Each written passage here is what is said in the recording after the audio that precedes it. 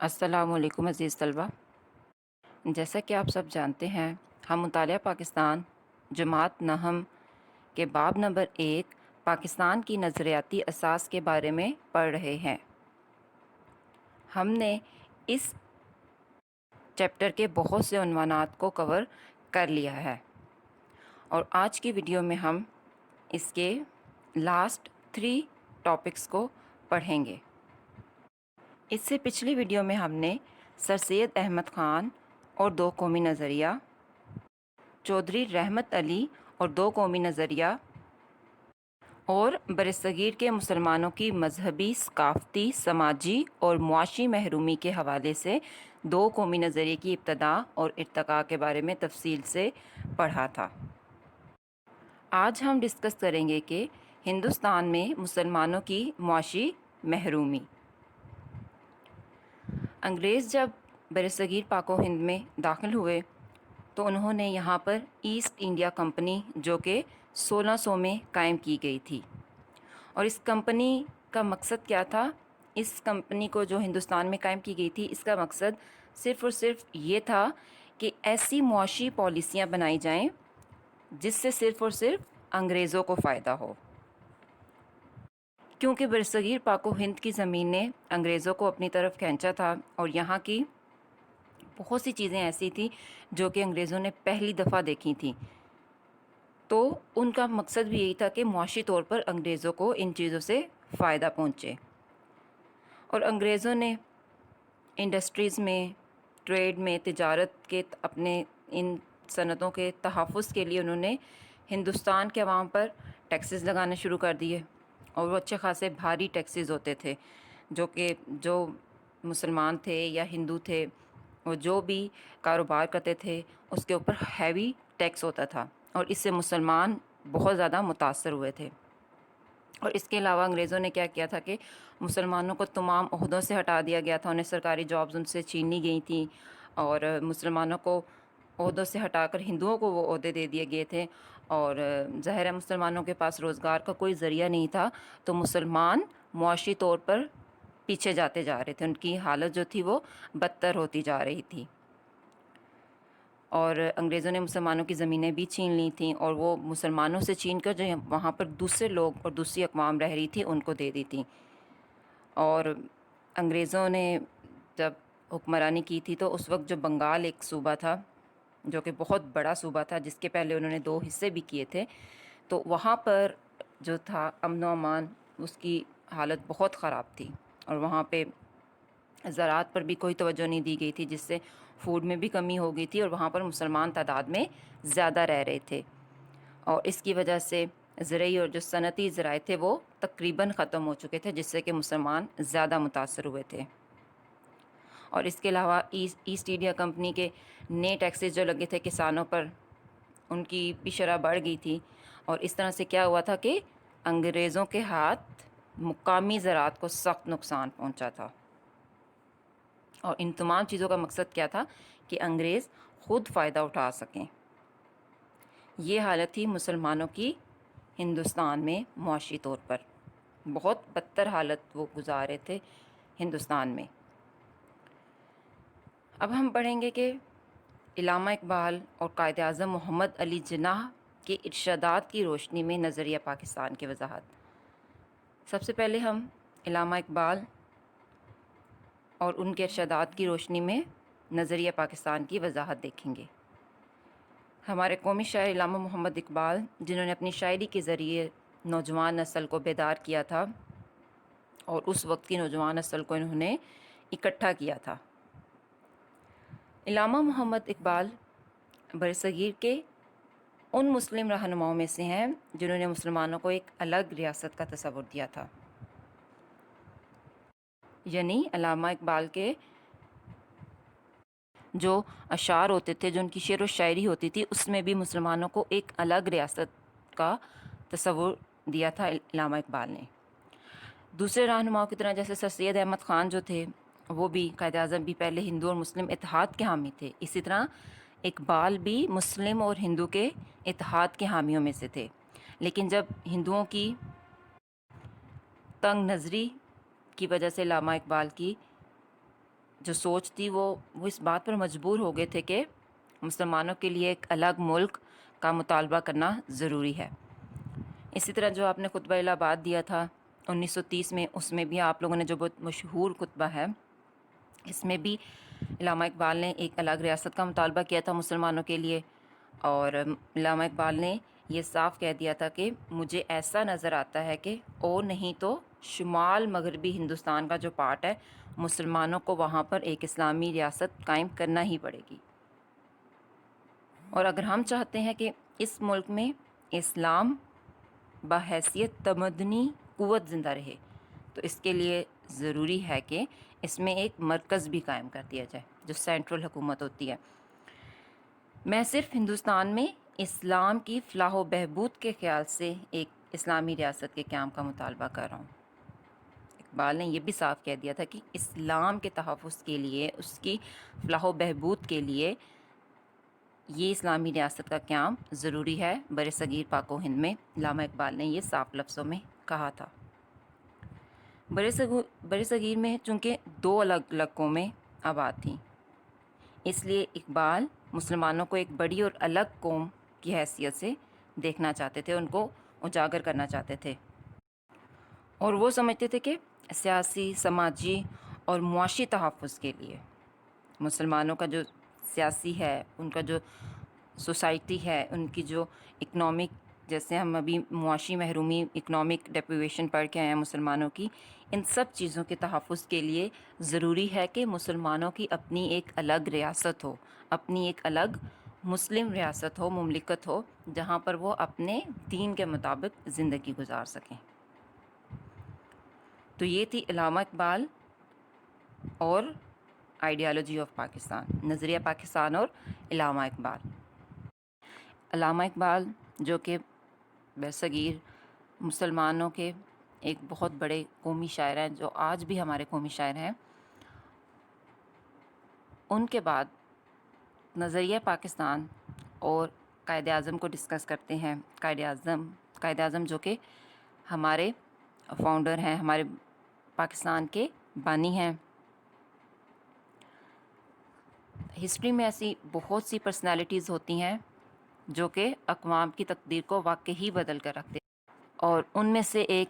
بہت ہی مشہور شخصیت، اور نہ صرف مسلمانوں میں بلکہ دوسری اقوام میں بھی یہ شخصیت بہت زیادہ جانی پہچانی جاتی ہیں، قائد اعظم محمد علی جناح، اور انہوں نے واقعی مسلمانوں کی تقدیر کو بدل دیا تھا، برصغیر کے مسلمانوں کی۔ قائد اعظم دو قومی نظریے کے زبردست حامی تھے، اور وہ ہر لحاظ سے مسلمانوں کو ایک الگ قوم ہی سمجھتے تھے، اور اس سلسلے میں آپ نے فرمایا تھا کہ قومیت کی جو بھی تعریف کی جائے، اس تعریف میں مسلمان الگ قوم ہی ہیں، اور وہ اس بات کا حق رکھتے ہیں کہ وہ اپنی الگ مملکت قائم کریں، کیونکہ وہ ایک الگ قوم ہے، تو یہ ان کا رائٹ بنتا ہے کہ وہ اپنی ایک الگ ریاست قائم کریں۔ اسی طرح مسلمانوں کی یہ خواہش ہے کہ وہ اپنی روحانی، اخلاقی، تمدنی، اقتصادی، معاشرتی اور سیاسی زندگی کی مکمل نشو و نما کریں، اور یعنی کہ اس فیلڈ میں وہ اپنی آگے بڑھ سکیں، اور اس مقصد کے لیے جو طریقہ اپنانا چاہیں وہ اپنائیں، یعنی کہ مسلمانوں کو یہ حق حاصل ہے ایک علیحدہ قوم ہونے کی حیثیت سے۔ اسی طرح قرارداد لاہور جو کہ 23 مارچ 1940 کو پیش کی گئی تھی، اس میں آپ نے خطبہ صدارت دیا تھا۔ جو تقریر کا جو خطبہ ہوتا ہے، جو تقریر کا اس وقت صدر ہوتا ہے، وہ جو آپ نے خطبہ صدارت دیا تھا، اس میں بھی آپ نے صاف لفظوں میں فرمایا تھا کہ ہندو اور مسلمان دو علیحدہ مذاہب سے تعلق رکھتے ہیں، اور ان دونوں کے یہ مذہب جو ہیں وہ بالکل مختلف عقیدے ہیں، یعنی کہ ہمارے عقائد میں اور ہندوؤں کے عقائد میں زمین آسمان کا فرق ہے۔ ان کے عقائد کچھ اور ہیں، ہمارے عقائد ان سے بالکل ہی مختلف ہیں، اور یہ مختلف نظریات کی عکاسی کرتے ہیں۔ ان عقائد کی وجہ سے ہمارا جو نظریہ ہے وہ بھی ہندو اور مسلمانوں کا ٹوٹلی ڈیفرنٹ ہے۔ اور اس کے علاوہ دونوں اقوام کے ہیروز، ان کی کہانیاں، ہسٹریز اور جو واقعات تھے وہ ایک دوسرے سے ٹوٹلی مختلف ہے، لہٰذا ان دونوں قوموں کو ایک لڑی میں پرویا نہیں جا سکتا، اور اس ایک لڑی میں پرونے کا مقصد یہ ہوگا کہ برصغیر کو تباہی کی طرف لے جانا، کیونکہ اگر یہ برابری کی سطح پر یہ تقسیم ہو ہی نہیں سکتی، ان دونوں قوموں کو ایک لڑی میں پرونے کے لیے برابری کی سطح پر نہیں بلکہ اقلیت اور اکثریت کے روپ میں یہ موجود تھے۔ مسلمان وہاں پر اقلیت میں تھے اور ہندو اکثریت میں تھے، اور برٹش گورنمنٹ کے لیے، برطانوی حکومت کے لیے یہ بہتر تھا کہ ان دونوں قوموں کے مفادات کو مد نظر رکھتے ہوئے برصغیر کو تقسیم کر دیں، جو کہ تاریخی اور مذہبی لحاظ سے، ہسٹری میں بھی اور مذہب کے لحاظ سے بھی ایک صحیح قدم ہوگا، کیونکہ دونوں کے مذہب ایک دوسرے سے جدا تھے۔ پھر 29 دسمبر 1940 کو احمد آباد میں خطاب کرتے ہوئے قائد اعظم نے فرمایا تھا کہ پاکستان صدیوں سے موجود رہا ہے، یعنی کہ پاکستان برصغیر پاک و ہند میں کئی سینچریز سے موجود ہے، اور شمال مغرب مسلمانوں کا وطن رہا ہے۔ ان علاقوں میں مسلمانوں کی آزاد ریاستیں قائم ہونی چاہیے تاکہ وہ اپنی اسلامی شریعت کے مطابق، اپنے دین کے مطابق اپنی زندگی گزار سکیں۔ پھر پاکستان بننے کے بعد آپ نے فرمایا ہمیں پنجابی، سندھی، بلوچی اور پٹھان کے جھگڑوں سے بالا تر ہو کر سوچنا چاہیے۔ ہمیں یہ نہیں سوچنا چاہیے کہ ہم پنجابی ہیں، سندھی ہیں، بلوچی ہیں یا پٹھان ہیں، بلکہ ہمیں صرف اور صرف پاکستانی کی حیثیت سے سوچنا چاہیے، اور ہمارا فرض ہے کہ ہم پاکستانی بن کر ہی زندگی گزاریں۔ اس کے علاوہ آپ نے اقلیتوں کو مکمل تحفظ دینے اور برابری کے حقوق دینے کا اعلان کیا گیا تھا کہ یہاں پر جو اقلیت میں اقوام رہ رہی ہیں، ہندو رہ رہے ہیں، کرسچنز رہ رہے ہیں یا دوسری اقوام رہ رہی ہیں، ان کو بھی مسلمانوں کی طرح برابری کے حقوق دیے جائیں گے، اور یہی اسلام کی بنیادی تعلیم بھی ہے۔ پھر 11 اکتوبر 1947 کو حکومت پاکستان بننے کے بعد جو پاکستان کے افسران تھے، ان سے خطاب کرتے ہوئے قائد اعظم نے فرمایا کہ یہ ہمارا نصب العین ہے کہ ہم ایک ایسی مملکت تخلیق کریں جہاں ہم آزاد انسانوں کی طرح رہ سکیں۔ ہم نے ہندوؤں سے اور انگریزوں سے آزادی حاصل کی تھی، اب ہمارے پاس ایک ایسا ملک تھا جہاں پر ہم آزادی سے رہ سکتے ہیں، اپنے دین و مذہب کے مطابق زندگی گزار سکتے ہیں۔ جو ہماری تہذیب و تمدن کی روشنی میں پھلے پھولے اور جہاں اسلام کے اصولوں کو قائم کیا جائے۔ پھر 1 جولائی 1948 کو قائد اعظم نے اسٹیٹ بینک کا جب افتتاح کیا تھا، 1 جولائی 1948 کو افتتاح کیا گیا تھا اسٹیٹ بینک کا، جو کہ ایک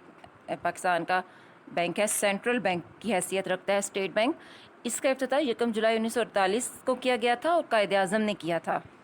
تو افتتاح کرتے ہوئے آپ نے فرمایا تھا کہ مغرب کا معاشی نظام انسانیت کے لیے ایسے مسائل پیدا کر رہا ہے جو کہ حل ہی نہیں ہو پا رہے، اور ان مسائل کی وجہ سے لوگوں کے درمیان انصاف بھی نہیں ہو پا رہا۔ ہمیں دنیا کے سامنے مثال بننا ہے اور ایک ایسا معاشی نظام پیش کرنا ہے جو کہ اسلام کے صحیح تصور، مساوات اور سماجی انصاف کے اصولوں پر مبنی ہو۔ ہم نے مغرب کو ایسا معاشی نظام قائم کر کے دکھانا ہے جو اسلام کے صحیح تصور کو ان کے سامنے پیش کرے۔ جی تو اسٹوڈنٹس آپ سمجھ گئے ہوں گے۔ باب نمبر 1، پاکستان کی نظریاتی اساس، آئیڈیالوجیکل بیسز آف پاکستان، اس عنوان کا اختتام آج ہمارا ہو گیا ہے، اور آپ کی بک کا چیپٹر نمبر 1 ہم کمپلیٹ کر چکے ہیں، اور شارٹ کویسچن آنسرز اور لانگ کویسچن آنسرز، ایک لانگ کویسچن آپ کو لاسٹ ویڈیو میں دیا گیا تھا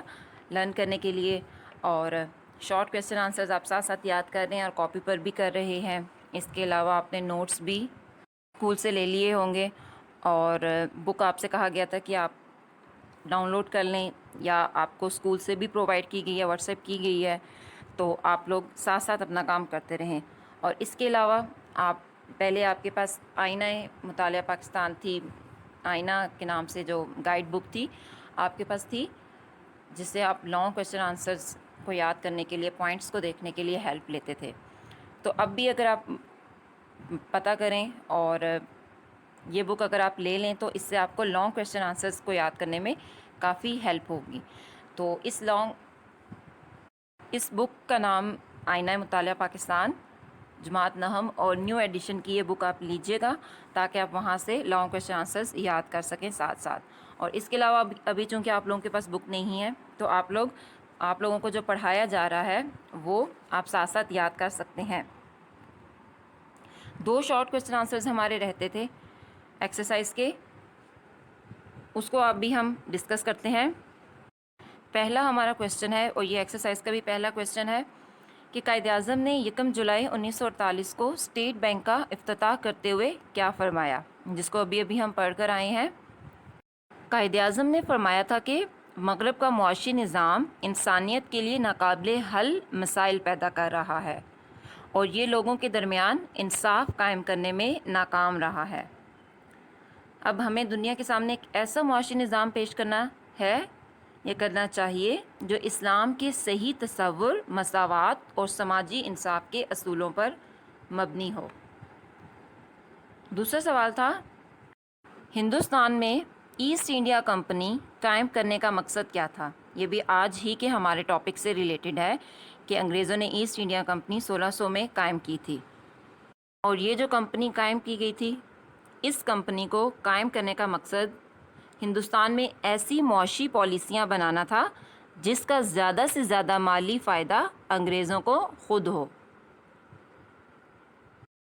ہمارے کل 6 شارٹ کویسچن آنسرز ہیں ایکسرسائز میں, جس میں سے 4 ہم لوگ پہلے کر چکے تھے پچھلی ویڈیوز میں, اور 2 جو ہمارے آج کے ٹاپک سے ریلیٹڈ تھے وہ آج ہم نے کیے ہیں. یہ 2 شارٹ کویسچن آنسرز آپ اپنی کاپی پر اتار لیں. اور اس کے علاوہ نظریے کے ماخذ اور اہمیت, جو کہ تفصیلاً جواب تھا, آپ کو لاسٹ ویڈیو میں دیا گیا تھا یاد کرنے کے لیے. تو میں امید کرتی ہوں کہ آپ لوگوں نے ساتھ ساتھ یہ کام یاد کر لیا ہوگا. اس کے علاوہ آج جو ہمارا ایکسرسائز کا دوسرا لانگ کویسچن ہے, نظریہ پاکستان کے عناصر کی تفصیل سے وضاحت کریں, جس کے بارے میں ہم نے لاسٹ ویڈیو میں ڈیٹیل سے پڑھا تھا. Elements of ideology of Pakistan, جن میں عقائد تھا, عقائد میں توحید, رسالت, آخرت, ملائکہ اور الہامی کتابیں. یہ آپ لوگ لاسٹ ویڈیو سے ہیلپ لے کر یاد کر سکتے ہیں, اور اگر آپ لوگ کے پاس بک موجود ہے ہارڈ کاپی میں, یا پھر اگر آپ لے چکے ہیں تو آپ وہاں سے اس کو دیکھ کے یاد کر سکتے ہیں. اور اگر گائیڈ بک اویلیبل ہے مارکیٹ میں تو وہاں سے لے کے آپ ایزیلی پوائنٹس کے ساتھ یاد کریں. ویسے بک میں بھی پوائنٹس دیے گئے ہیں, لیکن وہاں پر ڈیٹیل سے پوائنٹس دیے گئے ہیں. عقائد کے بعد عبادات تھی, جو کہ ارکان اسلام ہے, پلرز آف اسلام ہے. نمبر 3 قانون کی حکمرانی. نمبر 4 اخوت و مساوات. اینڈ نمبر 5 عدل و انصاف. ان تمام پوائنٹس کو آپ نے ڈیٹیل کے ساتھ یاد کرنا ہے. یہ آپ کا سوال نمبر 2 ہے. تفصیل سے درج ذیل سوالات کے تفصیل سے جوابات دیں. یہ جو آپ کی بک پہ پیج نمبر 17 پہ یہ سوال موجود ہے, اس میں سے یہ دوسرا لانگ کویسچن ہے, پہلا ہم لوگ کر چکے ہیں. اس کے علاوہ علامہ اقبال کے ارشادات کی روشنی میں نظریہ پاکستان کی وضاحت کریں, جو کہ آج ہی ہم نے پڑھا ہے, اور یہ آپ اس ویڈیو سے دیکھ کر یاد کر سکتے ہیں. اگر آپ کے پاس بک موجود نہیں ہے تو آپ بک لے بھی سکتے ہیں, اسکول سے بھی آپ کو پرووائڈ کی جا سکتی ہے, اور آپ خود بھی گوگل سے ڈاؤن لوڈ کر سکتے ہیں. تو یہ نظریہ پاکستان اور علامہ اقبال نے نظریہ پاکستان کی وضاحت کیسے کی تھی, جو ان کے ارشادات ہیں ان کے بارے میں بھی ہم نے ڈیٹیل سے آج ڈسکس کیا ہے. علامہ اقبال مسلمان اور ہندوؤں کو دونوں کو الگ قوم مانتے تھے, اور وہ مسلمانوں کو ایک بڑی اور الگ قوم کی حیثیت سے اجاگر کرنا چاہتے تھے. یہ سارے پوائنٹس آپ نے ڈیٹیل کے ساتھ یاد کرنے ہیں. اور تھرڈ جو لانگ کویسچن ہے, قائد اعظم محمد علی جناح کے ارشادات کی روشنی میں نظریہ پاکستان کا احاطہ کریں. یہ بھی ہمارا لاسٹ ٹاپک تھا آج کی ویڈیو میں. آپ کے چیپٹر مطالعہ پاکستان کا فرسٹ چیپٹر جو ہے اس کا یہ لاسٹ ٹاپک تھا, قائد اعظم اور نظریہ پاکستان. تو قائد اعظم کے جو ارشادات ہیں ان کے ساتھ آپ نے نظریہ پاکستان کو